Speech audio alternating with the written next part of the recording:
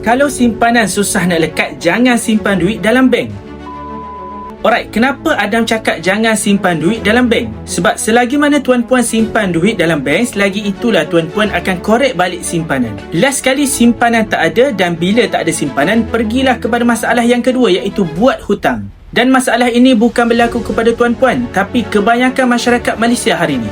Jadi, cara yang terbaik adalah tukar kaedah simpanan, iaitu ke dalam simpanan emas. Dan dalam simpanan ni penting untuk kita tetapkan matlamat simpanan.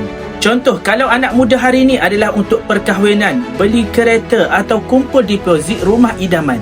Dan bila kita simpan dalam bentuk emas, kita akan sayang nak jual emas ni. Jadi dengan simpanan emas, ramai yang tak fikir untuk nak sentuh simpanan emas. Dengan kata lain, tak akan jual emas selagi tak capai matlamat mereka. Jadi emas ni sangat membantu kepada yang susah nak buat tabungan. Jadi kepada sesiapa yang nak simpanan mereka selamat dari digunakan dengan menyimpan dalam bentuk emas, boleh rujuk pin video di profil atau boleh isi bit biru sekarang.